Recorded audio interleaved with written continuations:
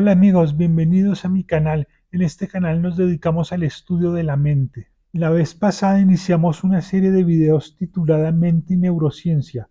Hoy vamos a seguir hablando de lo que empezamos a hablar la vez pasada, que fue una introducción histórica de la neurociencia y la psicología. Sin más preámbulos, entonces entremos en materia.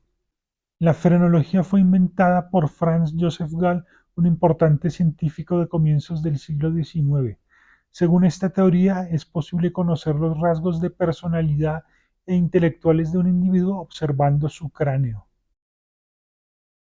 Para Gall, el cerebro es el órgano donde se sitúa la mente, es decir, que según Gall, las facultades mentales están en el cerebro. Gall creía entonces que lo que pasa en el cerebro se refleja en el cráneo, es decir, que observando el cráneo pueden conocerse los rasgos de personalidad e intelectuales del ser humano. La cartografía del cerebro que hizo Gall resultó errónea y la frenología fue considerada pseudociencia y fue abandonada hace más de siglo y medio. Ahora veamos al segundo exponente que vamos a estudiar hoy, es Luigi Galvani.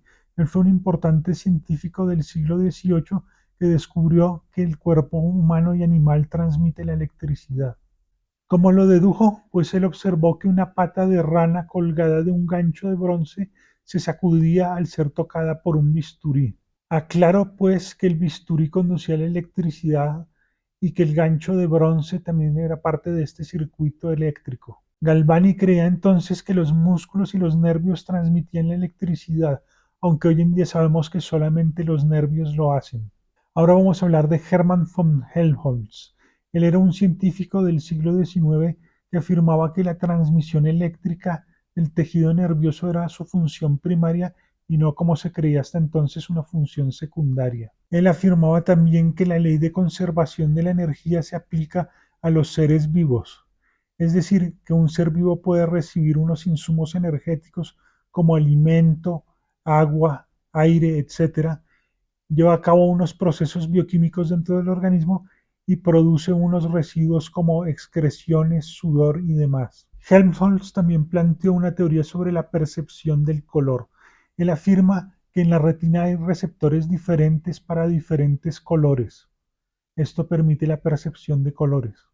Ahora vamos a hablar de los neurocirujanos Paul Broca y Carl Wernicke. Broca en 1861 observó, haciendo la autopsia de un cadáver que tenía un daño en un área cerebral que él llamó área de Broca. El daño que tenía este personaje era que no podía hablar. Por lo tanto, el daño que sufrió este personaje pasó a conocerse como afasia de Broca. Unos años más tarde, Carl Wernicke trató pacientes que no podían comprender el significado de las palabras, que no podían por lo tanto leer ni escribir. Esta afasia pasó a conocerse como la afasia de Wernicke. Es claro entonces que hay una zona llamada zona de Wernicke cercana al área de Broca en el cerebro. Vemos pues que para que funcione el cerebro correctamente y una persona pueda hablar y comunicarse fluidamente, es necesaria la participación de varias zonas del cerebro, en este caso las zonas de Broca y Wernicke. El siguiente hito en la historia de la neurociencia lo llevaron a cabo Camilo Golgi y Santiago Ramón y Cajal.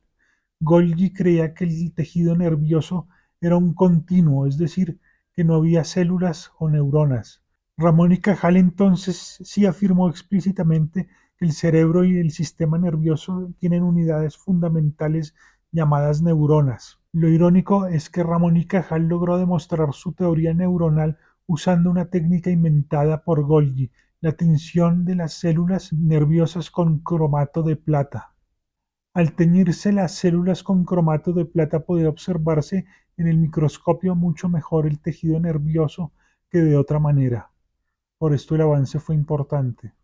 Por otra parte, Ramón y Cajal también descubrió que la electricidad se transmite en las neuronas desde la dendrita pasando por el cuerpo celular y hasta finalmente el axón, y que no puede transmitirse en la vía inversa.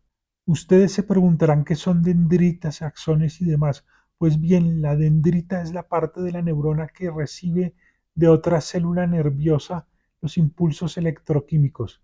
El cuerpo celular es donde está el núcleo, donde está el ADN y otra clase de sustancias, y finalmente el axón es la parte en la que termina la neurona que transmite sus impulsos nerviosos a otras neuronas. Golgi y Ramón y Cajal recibieron conjuntamente el Nobel de Medicina en 1906. El siguiente exponente que estudiaremos es Charles Sherrington. Él también fue un neurocirujano británico que descubrió que a cada nervio excitador le corresponde un nervio inhibidor, es decir, que la función de todos los nervios no es mover, sino también a veces inhibir el movimiento. Sherrington descubrió además las neuronas motoras. Estas son las neuronas que llevan a cabo movimientos corporales. Finalmente, Sherrington introdujo un término que es de la máxima importancia en neurociencia, la sinapsis.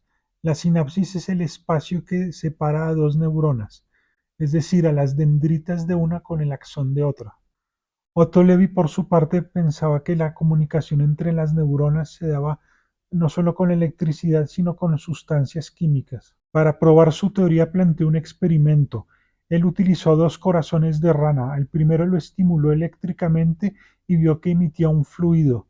Luego utilizó este fluido para untar el segundo corazón de rana y vio que a este le aumentaba la frecuencia cardíaca. Lovi descubrió que la sustancia que influía sobre el segundo corazón era la acetilcolina, un neurotransmisor, de hecho el primero en ser conocido.